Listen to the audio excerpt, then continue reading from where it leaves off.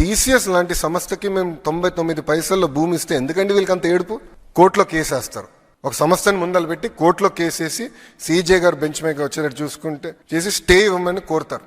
CJ గారు అక్షంతలు వేసి అవును తప్పేంటి, టీసీఎస్కి ఇస్తే తప్పేంటి, మీకు ఎందుకు ఇబ్బంది, ఉద్యోగాలు వస్తున్నాయి మీకేంటని చెప్పి పక్కన పడేశారు. అంటే చూడండి, అడుగడుగునా అభివృద్ధి జరగకూడదు, పెట్టుబడులు రాకూడదు, వచ్చే కంపెనీలని తరిమేయాలి, అదే లక్ష్యంతో పనిచేస్తున్నారు. నిజంగానే బాధేస్తుందండి ఈరోజు. ఎందుకంటే సింగపూర్ ప్రభుత్వంలో పనిచేస్తున్న అధికారులు ఒక మాట చెప్పారు.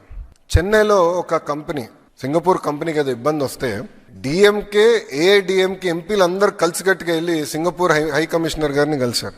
సింగపూర్ అంటే భారతదేశంలో సింగపూర్ అధికారులను కలిసి ఇది ఉంది, ఈ సమస్య ఉందని చెప్పారంట. ఆయన ఆశ్చర్యపోయారు, అరే మీరు ఇద్దరు ఎప్పుడు కొట్టుకుంటారు కదా, ఇప్పుడు ఇద్దరు కలిసికట్టుగా వచ్చి ఏంటి మమ్మల్ని కలిసారంటే వాళ్ళు ఒక మాట చెప్పారండి. సార్ చెన్నై వరకు మేము కొట్టుకుంటాం సార్, చెన్నై దాటి వచ్చిన తర్వాత మేము తమిళనాడు సార్, తమిళనాడు మేము రాష్ట్రం కోసం మేము కలిసికట్టుగా పనిచేస్తాం, మాకు ఎలాంటి విభేదాలు లేవు, ఈ సమస్య మీరు పరిష్కరించండి అని చెప్పారు. కానీ ఈరోజు చూడండి, ప్రభుత్వం ఇంత కష్టపడుతుంటే, పెట్టుబడులు తీసుకొచ్చడానికి అహర్నిశలు ప్రయత్నిస్తుంటే వీళ్ళు ఇట్లా ఈమెయిల్స్ రాయించి ఏకంగా కోర్టుకి వెళ్తే ఇంకా ఎక్కడ పోతాండి.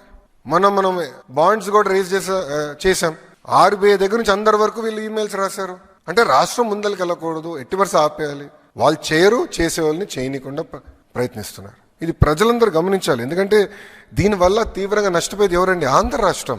ఎవరు బ్రాండ్ పోతుంది? ఆంధ్ర రాష్ట్రం బ్రాండ్ పోతుందండి. చాలా బాధేస్తున్నా ఈమెయిల్స్ అని చదువుతుంటే.